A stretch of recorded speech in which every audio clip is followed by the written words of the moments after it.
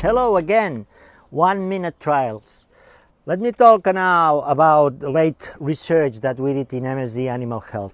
And in this case, I want to show you the booklet that we did on the different presentations during ESPHM 2020+1. And of course, I'm the guy taking care of the sow care. So I will basically jump into that. The first one, which is a really interesting one, is that one that was done by our people in China, that they were talking how important was the use of PMSG and HCG in what it was the combination to support the repopulation during African swine fever outbreaks. So how important was the fact to have gilts ready to be mated. So for that was a great tool. Look at that.